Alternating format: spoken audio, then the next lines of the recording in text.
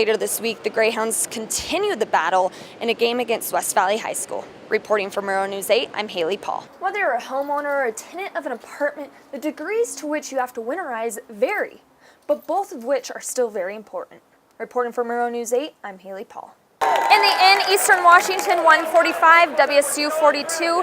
Week 2 of preseason, Washington State travels to Boise to play the Broncos. Reporting for Murrow News 8, I'm Haleigh Paul. You might not be seeing Marcellus in the next Drake or Justin Timberlake music video.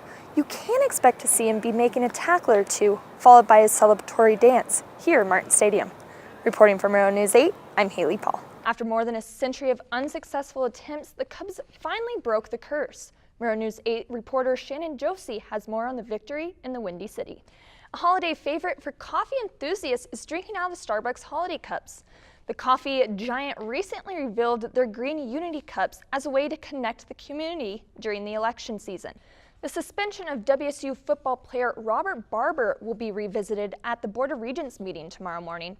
The issue sparked conversation between the Regents and State Senator Michael Baumgardner after he tweeted his concerns with the student conduct process. Off last night, headlined by 2 blowouts and a raising of the Cleveland Championship banner. WSU men's golf team concluded their third and final day of the St. Mary's Invitational in Pebble Beach, California today. The winter months are almost here, which means it's about time to make sure you and your home are well prepared. Both homeowners as well as renters can take steps to winterize your home in order to prevent damage from the low temperatures. Highland property manager Sherry Minky says, there's a few things that I think everyone should do. First of all, leave the heat on so that the air temperature is a minimum of 55 degrees to prevent frozen pipes. But you want to make sure you leave them on in every bedroom and leave the doors open just so the heat can circulate through the homes, especially in the winter months. Frozen pipes can be a hassle, but when it comes to springtime, the frozen pipes can break, becoming a tenant's worst nightmare. Former Highland resident Chloe Petrandria told me about her experience when a pipe in her apartment froze and then later burst. Last year during the winter, our pipes burst, and in the spring when my roommate went to turn on the water spigot outside, our apartment started flooding. Making sure your apartment is warm enough so that situations like Chloe's don't happen could end up putting a big dent into your bank account.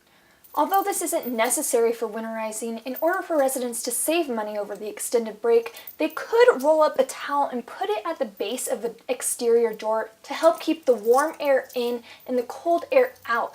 This way, with the pipes on the inside of the apartment, this could also help and to prevent them from freezing. Here are some important things to remember when preparing to leave for break. First, make sure your thermostat is set to 55 degrees. Move furniture and clothes at least 1 foot away from wall heaters. Open any sink cabinet doors to allow circulation. Also, if you live in an older apartment or house, it might be helpful to turn your sinks on to a light stream to keep the water moving. Whether you're a homeowner or a tenant of an apartment, the degrees to which you have to winterize vary, but both of which are still very important. Reporting for Murrow News 8, I'm Haleigh Paul.